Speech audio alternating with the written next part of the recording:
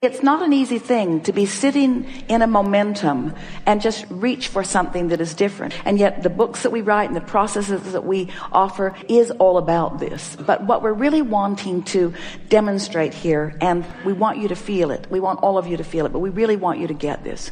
We want you to understand that it's perfectly all right for you to be in a place where there is momentum that is carrying you where you don't want to be. We want you to make peace with that momentum.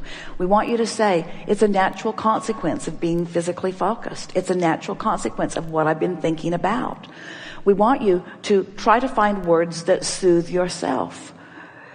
Because in the soothing, there is the releasing of resistance. And in the releasing of resistance, there is the slowing of unwanted momentum and then the subsequent speeding of wanted momentum. So the more you can soothe yourself. But we don't want to soothe you with things that aren't law-based and accurate. We don't want to say to Luke, the game is rigged.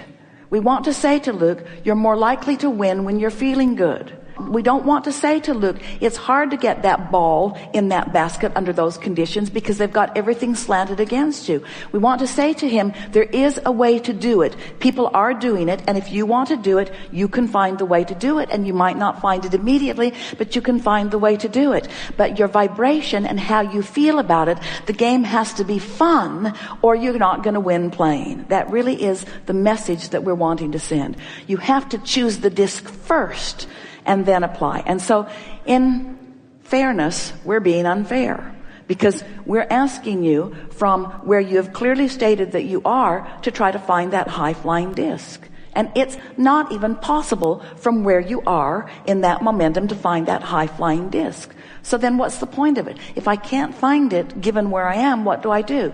Well, you look for as much distraction as you can find. You look for as many things that are general in nature that make you feel good. You set goals like, I'm going to pay attention to the way I feel. You set goals like, I really care about how I feel. You say, my singular goal is to get on that high-flying disc. My singular goal is to feel some positive emotion. My singular goal is to breathe deeply and feel good again. Esther remembers vividly after Jerry made his transition, sitting on the deck in Del Mar and looking out at the ocean and breathing her first really good, fresh breath of air that she'd had in a long, long time. And it felt in that breathing of it in like the big black cloud lifted. And in none of that was there any wrongness about sadness or wrongness about being on a lower disc. There's just this eternal, God-given, inherent, innate, it's within every fiber of your being, knowledge and desire to be here. Because that's what's natural to you, you see. So the easiest way we know to get there is to not be there, which makes you want to be there. And then put yourself in your bed tonight and say something really soft and gentle. Not, tomorrow I'm going to make it happen, or tomorrow I'm going to get on the high-flying disc and I'm going to stay there. Nothing like that, because in all of that efforting, you just pick those efforting discs. Instead, you just say, tomorrow's going to be a good day. And I'm going to be aware of where I am. And I'm sure when I first awaken, I'm going to feel that conscious awareness of lack of negative momentum. And then when you awaken, just lie there for a moment and feel for it. And if you do that, we promise you, all of you, if your singular intent, when you put yourself to bed every night, is tomorrow I'm going to start here.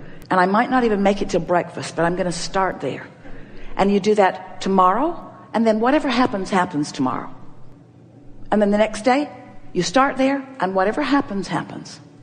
And then the next day, you start there, and then whatever happens, happens. You might get a week or two or three into it, but it is our promise to you. You will find that high-flying disc. And it will be evident enough to you that then the results of that day, if you wait until the manifestation or even until the emotion, now you're not out ahead of it. Now you're having the knee-jerk response. And that's what we meant when we were talking about momentum earlier. If you start in a neutral place, you could either promote the momentum that you want or not be a catalyst to the momentum that you don't want. In other words, you could stand in front of the car that's getting ready to roll off into the ocean and you could hold it where you want it to be. Or if you wanted it to move off into the ocean, you could give it a nudge and off it would go. You want to get out ahead of it, you see. And so what most people do, they wait until the momentum's already underway and then they say, now what do I do? And we say, well, all you can do is action, and it's not ever enough. And so then it's like the analogy that we've offered for so many years. You've jumped out of an airplane, you're at 30,000 feet, you have no parachute, and you say, what do I do? And we say, hang on, it'll be over in a little bit. Because the momentum is such, there's not a lot for you to do. But if you get out ahead of it, if you envision things the way you want them to be, if you care about how you feel, it's so simplistic that a lot of people can't even hear it. There's just not enough angst or struggle or trauma or drama in it for most people when we say how you feel is everything and you have control of how you feel. And most everybody, to some extent, will argue for their limitations. Yeah, but this made me feel this way, and this made me feel this way, and this made me feel this way. And we want to say to you, it doesn't matter what happened or how you feel about it. You have the option of choosing a better option of how you feel about it. One of the things that was really on Esther's mind is that the week before, she had gone to that same fair. It's the first time she'd ever been there. They'd been in the area for years. First time they'd ever been there. And friends invited them to go to see Colby Calais and go to the fair. Now, this group of friends was high flying. It's just who they always are when they get together. And so it was a day like Kate had, of everything going exactly right. And when you have a few days of everything going exactly right, and by that we mean strangers play with you in meaningful ways, weather cooperates with you in incredibly meaningful ways, all manner of things. It's like the concierge in the sky has named you the most important person alive and is just walking ahead of you, clearing the space to make sure that everything in your world is perfect. That's what it feels like. That's what it is like. That's what it bees like when you get on that high-flying disc and you stay there just for a little while. And then things just come out of the woodwork. Things that you're not conjuring, things that you're not demanding. You're not orchestrating them. You're not even planning them so much. This sounds like an odd conversation to have in a seminar that's sort of based on deliberate creation. But we want to call it deliberate getting on the disking. Period. Deliberately get on the disc and then watch what happens, because you're right. Your vortex is pregnant with all of those things that you want. It's bulging with all of the things that you want. You've been asking and asking. It's all there. It's queued up. It's ready. There's just one thing that has to happen. You've got to become a cooperative component. You've got to get on that disc where all of that is.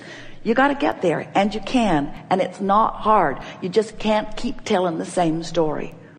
When you use the leverage of the vortex, you trim years of sifting and struggle and false alarms and wild goose chases. You trim it all off because you get right to what counts, and then the universe says here, here, here, here, here, here, here, here, here, here, here, here, until finally you say, all right already.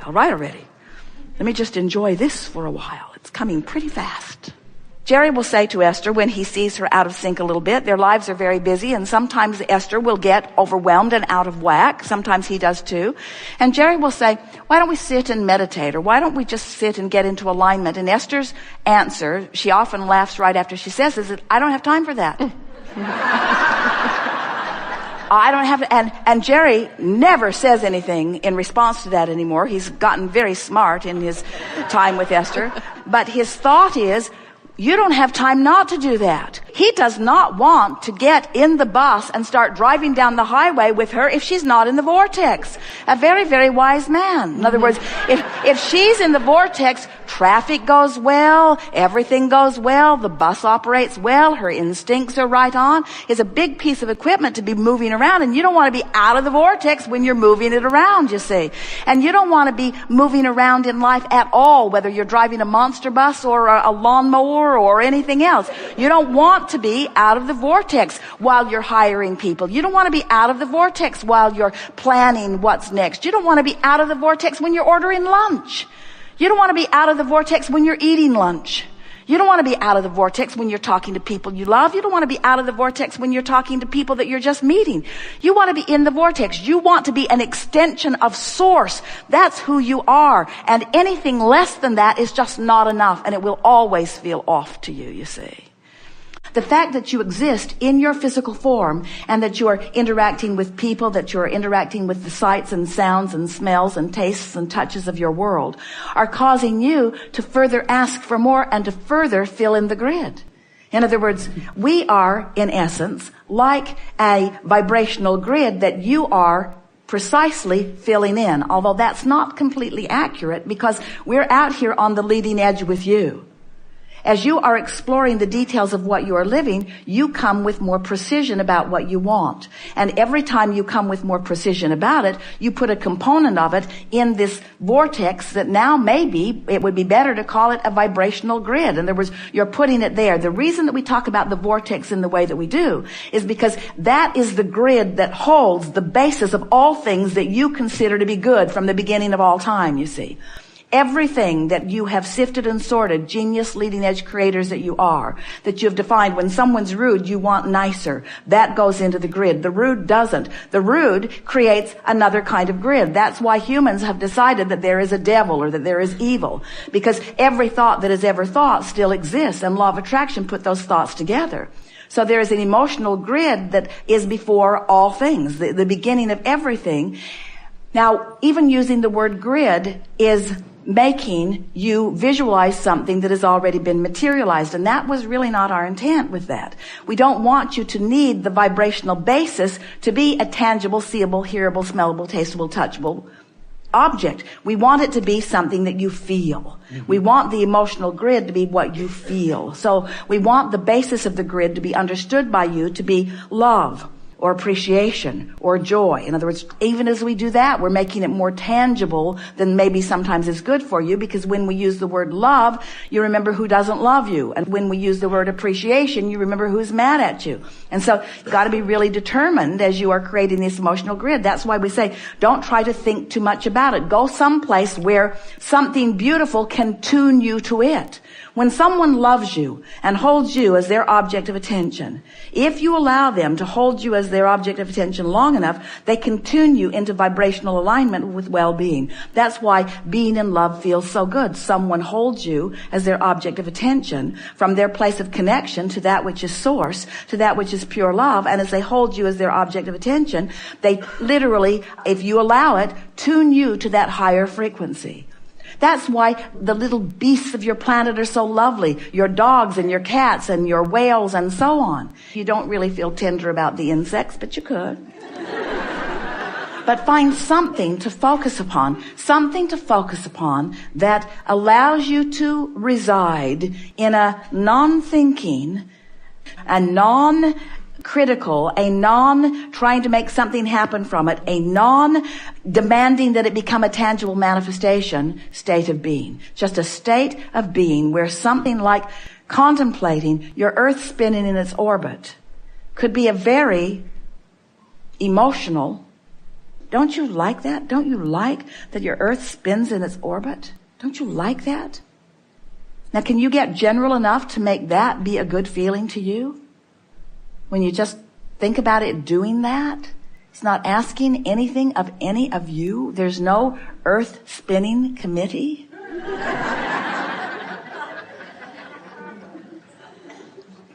It's not part of Homeland Security yet. It isn't. Or when you think about the ocean just lapping up on the beach, isn't that a good feeling? Or when you think about your cat stretched out on its back in the sun.